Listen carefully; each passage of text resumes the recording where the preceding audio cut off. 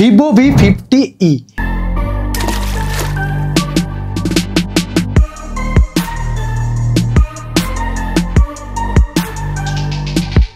Vivo V50 লঞ্চের পর কিন্তু Vivo V50 কিন্তু একটা সাকসেসর, মানে যাদের বাজেট একটু কম তাদের জন্য কিন্তু এই Vivo V50e। কারণ Vivo V সিরিজ কিন্তু বেসিক্যালি ক্যামেরার উপর কিন্তু ফোকাস দেয়।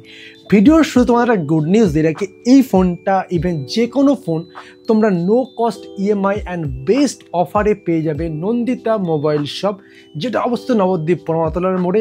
নিচে দোকানের মোবাইল নাম্বার দেওয়া রইলো, অ্যাবাউটে তোমরা অবশ্যই ফোন করো অ্যান্ড আসো, ফোনটা হাতে নিয়ে ব্যবহার করো অ্যান্ড অনলাইনের থেকেও তোমরা কম দামে ফোনটা কিনে নিয়ে যাও অ্যান্ড আমার নাম করে তোমরা এক্সট্রা ডিসকাউন্ট পাবে। ওকে, তো আমার কাছে যে ফোনটা রয়েছে এটা কিন্তু সাফায়ার ব্লু, দুটো কালার ভেরিয়েন্স আছে, একটা Sapphire blue pearl white.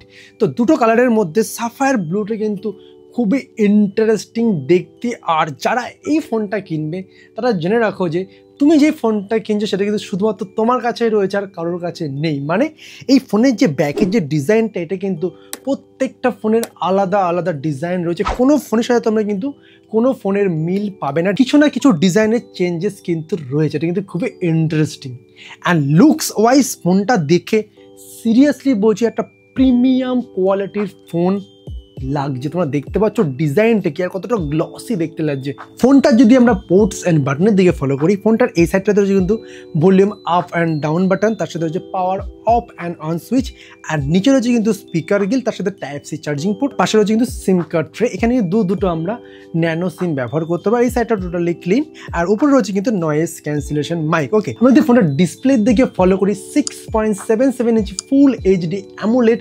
120 hertz কিন্তু রিফ্রেশ রেট রয়েছে কিন্তু এই ডিসপ্লেটা। আর যেহেতু ফোনটাতে অ্যামোলেড ডিসপ্লে ব্যবহার করা হয়েছে তার জন্য কিন্তু ফোনটাতে আমরা ইন ডিসপ্লে ফিঙ্গারপ্রিন্ট সিস্টেমটি পেয়ে যাচ্ছি। আমরা যদি ফোনটার ডিসপ্লে প্রোটেকশনের দিকে ফলো করি, এটাতে কিন্তু ডায়মন্ড সিল্ড গ্লাস ব্যবহার করা হয়েছে, মানে পড়ে গেলেও কোনো সমস্যা হবে না।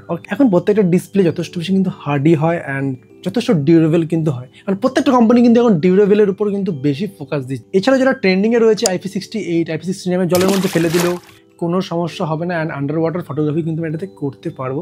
আর তোমরা দেখতে পাচ্ছ ভিডিও ডিসপ্লে কোয়ালিটি কিন্তু যথেষ্ট কিন্তু রিচ পাচ্ছি আমরা। কালারটা কিন্তু যথেষ্ট বেশি কিন্তু স্যাচুরেশন দেখতে যথেষ্ট বেশি ভালো, যেমন যেহেতু অ্যামোলেড ডিসপ্লে কালার কিন্তু ডেপথ অনেক বেশি পাচ্ছি। এবার দেখে নিই ফোনটা থেকে ডুয়েল না আমার মতো সিঙ্গেল স্পিকার রয়েছে। ওকে,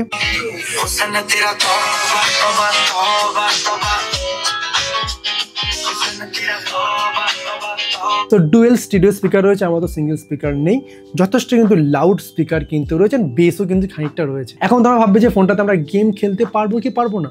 ফোনটাতে কিন্তু গেমিংয়ের জন্য মিডিয়াটেক ডাইমেনসিটি 7300 4 ন্যানোমিটার কিন্তু চিপসেট ব্যবহার করা হয়েছে। এর সাথে LPDDR র্যাম, তার সাথে UFS 2.2 স্টোরেজ কিন্তু দেওয়া হয়। যেমন গেমিংয়ের দিক থেকে কিন্তু আমরা যথেষ্ট ভালোভাবে কিন্তু এই ফোনটাতে খেলতে পারবো, BGMI, PUBG অ্যান্ড এভরিথিং খেলতে পারবো। আর গেম খেলার সময় যদি আমাদের ফোনটা ওভার হিটেড হয়ে যায়, তার জন্য ফোনটাতে কিন্তু 10টা সেন্সার ব্যবহার করা হয়েছে ফোনটাকে নর্মাল কন্ডিশনে আনার জন্য, মানে যদি ওভার হিট না হয়। মানে এই ফোনটার মধ্যে 10টা সেন্সার রয়েছে শুধুমাত্র ফোনটা যাতে গরম না হয়। মানে ছোট ছোট কম্পোনেন্টে কত কাজ করা হয় একটা ফোনের মধ্যে। তো ফোনটা হাতে নিয়ে যেটা মনে হচ্ছে ফোনটার ওয়েট অ্যাপ্রক্স 180 গ্রামের আশেপাশে হতে পারে। তো ফোনটির ওয়েট দেখাচ্ছে কিন্তু 187 থেকে 188 গ্রামের আশেপাশে। সিরিয়াসলি 5600 mAh একটা কিন্তু বড় ব্যাটারি ব্যবহার করা হয়েছে, তার সাথে 90 ওয়াটের চার্জার পাচ্ছি। বাট 5600 mAh ব্যাটারি সত্ত্বেও ফোনটা হেভি লাইট ওয়েট আর খুবই কিন্তু স্লিম বডি রয়েছে। একটা যেটা প্রবলেম মনে হলো, ফোনটা না প্যাকটা গ্লসি হওয়াতে না কিন্তু ডাস্ট কিন্তু এর মধ্যে মানে আটকাচ্ছে। বাট চাপ নেই, ফোনের বক্সে কিন্তু আমরা সিলিকন ট্রান্সপারেন্ট কিন্তু একটা কভারও পেয়ে যাচ্ছি, তার সাথে চার্জার অ্যান্ড বুক প্লেট আর সিম কার্ড ট্রে যা যা থাকার সব কিছুই রয়েছে। আর এর সাথে তখন AI ছাড়া ফোন চলবেই না, সমস্ত AI ফিচার্স কিন্তু এই ফোনটাতে রয়েছে, যেমন AI eraser, circle to search and voice থেকে ট্রান্সলেট করা, এভরিথিং যা যা AI ফিচার্সগুলো প্রত্যেকটা ফোনে রয়েছে, সমস্ত AI ফিচার্স তোমরা কিন্তু এই ফোনের মধ্যে পেয়ে যাবে। এত কিছু বলে ফেললাম, বাট ফোনটার মেইন যে ফিচার্স ক্যামেরা সেটা নিয়ে তো এখনই বললামই না। কারণ Vivo V সিরিজ বেসিক্যালি লোকে যারা কেনে, যারা ভালো ক্যামেরা ফোন চাও তাদের জন্য এই ফোনটা। আর সত্যি বলছি আমি ইউজও করেছি, camera quality just next level. ফোনটার ব্যাগে কিন্তু আমরা দুটো ক্যামেরা পেয়ে যাচ্ছি। মেন ক্যামেরা রয়েছে 50 মেগাপিক্সেল সনি IMX822 সেন্সার রয়েছে, তার সাথে OIS রয়েছে, মানে ইমেজ স্টেবিলাইজ রয়েছে অপটিক্যাল। আমরা যখন ফোনটা নিয়ে ভিডিও করবো সেক্ষেত্রে কিন্তু অনেকটা বেশি কিন্তু স্টেবল রেকর্ড করতে হবে স্মুথলি। তার সাথে রয়েছে কিন্তু 8 মেগাপিক্সেল আল্ট্রা ওয়াইড আর ব্যাকে কিন্তু অনেক বড় একটা রিং লাইট রয়েছে, এটা কিন্তু বলে অরা লাইট, যার মাধ্যমে কিন্তু নাইটে কোনো ছবি তুললে ছবিটা অনেকটা বেশি ড্রামাটিক দেখতে লাগবে। অন্য সমস্ত ফ্ল্যাশে যেমন কি হার্শ লাইট হয়, এটাতে কিন্তু সেটা হবে না, অনেকটা স্মুথ লাইট হবে আর ছবির কোয়ালিটি অনেক বেশি সুন্দর হবে। আর ফোনটির ফ্রন্টে রয়েছে কিন্তু 50 মেগাপিক্সেল একটি সেলফি AI ক্যামেরা রয়েছে। ফোনের ক্যামেরাটাকে জাস্ট ওপেন করলে এখানে কিন্তু নাইট মোড পেয়ে যাচ্ছি। পোর্ট্রেট মোডে কিন্তু আমরা 26mm, 39mm অ্যান্ড 52mm কিন্তু লেন্স পাচ্ছি। 0.95 অবধি কিন্তু অ্যাপারচার নিয়ে যেতে পারছি অ্যান্ড কিছু বুকে এফেক্টও পাচ্ছি, যা আমাদের ইচ্ছা মতো ইউজ করতে পারি। অ্যান্ড ফটো মোডে আসলে আমরা ওয়াইড অ্যাঙ্গেল পাচ্ছি, তার সাথে 1x জুম, 2x অবধি কিন্তু আমরা জুম করতে পারবো। এছাড়া যদি আমরা ইচ্ছে করলে আরও 10x অবধি কিন্তু জুম করতে পারবো। ওকে, সেখানে কিন্তু কোথাও কি কোয়ালিটি প্রবলেম হবে। আর ভিডিও মোডে আমরা কিন্তু 1080 60 fps ভিডিও শ্যুট করতে পারবো। ওকে, তার সাথে 4K 30 fps ব্যাকে কিন্তু ভিডিও শ্যুট করতে পারবো। আর ফ্রন্ট থেকেও কিন্তু আমরা 4K 30 fps ভিডিও শ্যুট করতে পারবো অ্যান্ড 1080 30 fps কিন্তু ফ্রন্ট ক্যামেরা দিয়ে আমরা ভিডিও শ্যুট করতে পারবো। ওকে, আর এছাড়াও কিন্তু এখানে ম্যাক্রো মুভি মোড রয়েছে, মানে ছোটো ছোটো কিছু ভিডিও ক্লিপস নিয়ে তোমরা ইনস্ট্যান্ট কিন্তু ভিডিও রেডি করতে পারবে। ওকে, আর মোড অপশানে আসলে কিন্তু এখানে pro mode and food photography, live photo যেগুলো থাকে সব কিছু রয়েছে। বাট এখানে কিন্তু একটা এক্সট্রা রয়েছে ওয়াটার ফটোগ্রাফি। এটা যদি ওপেন করি অ্যান্ড এগ্রি অপশানে ক্লিক করলে আমরা কিন্তু জলের তলায় ফটো ক্লিক করতে পারবো। আমি যদি ভলিউম আপ বাটনটা ক্লিক করলে কিন্তু এখান থেকে দেখো ফটো কিন্তু ক্লিক হয়ে যাচ্ছে। আবার যদি অফ করি সিম্পলি এটা কিছুক্ষণ টিপে ধরে রাখবো আর এটা অফ হয়ে যাবে আর অটোমেটিক কিন্তু ওয়াটারও কিন্তু বেরিয়ে যাবে।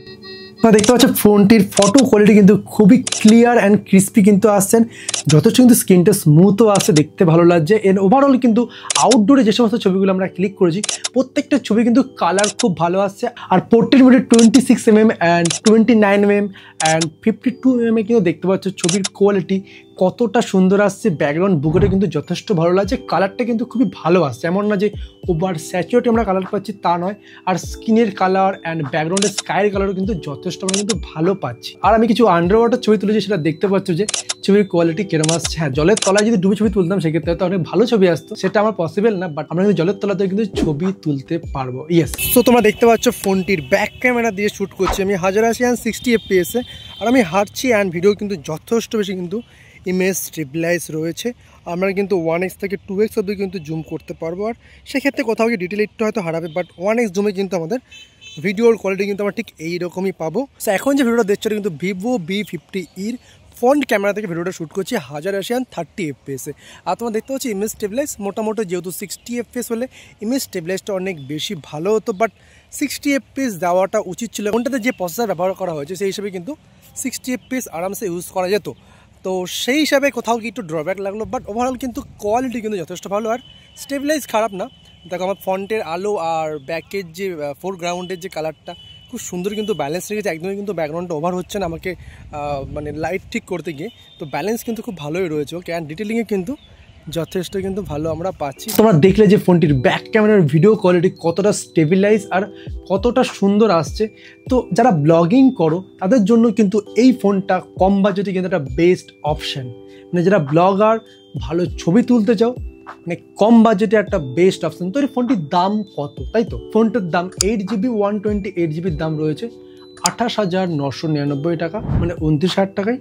আর 8GB 256GBর দাম রয়েছে 30,999 টাকা, মানে 31,000 টাকা আশেপাশে। তো ওভারঅল ফোনটা আমার ব্যবহার করে যেটা মনে হলো, হ্যাঁ একটা ঠিকঠাক বাজেটে একটা ভালো কোয়ালিটির ক্যামেরা ফোন।